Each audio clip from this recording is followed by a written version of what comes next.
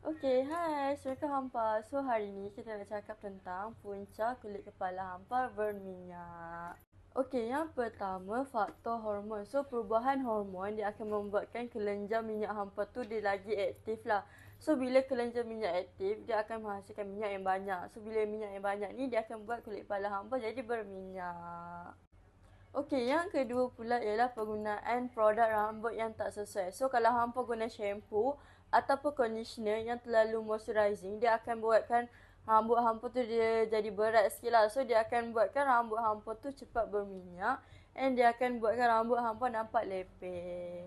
Okey, yang ketiga pula ialah jarang cuci rambut. Kalau hampa cuci rambut seminggu sekali ke ataupun 4 ke 5 hari sekali, minyak dengan peluh hampa dia akan berkumpul lah. So, dia akan buatkan kulit kepala hampa nampak berminyak juga.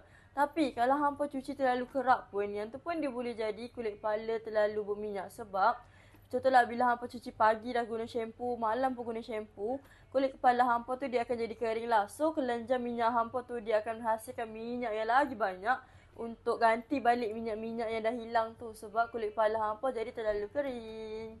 Okey, so hampa sebenarnya kena cuci rambut paling fix ialah 2 hari sekali. Okey, yang keempat pula ialah faktor cuaca. So macam mana hampa tahu kat Malaysia ni kadang panas, kadang hujan kan. So, bila hampa pakai tudung ataupun pakai topi terlalu lama, dia akan tutup lah. So, dia akan panas. So, dia akan menghasilkan minyak yang banyak. Kadang bila kita dah pakai tudung, nak ikat rambut pun ketat kan. So, kulit kepala hampa tu dia akan jadi terlalu berpeluh lah. So, bila berpeluh ni, dia campur pula dengan minyak. So, kulit kepala hampa pun dia akan jadi nampak cepat berminyak. Okey, kalau hampa nak tahu apa-apa lagi tentang tips pasal rambut, hampa boleh follow TikTok kita orang. Bye!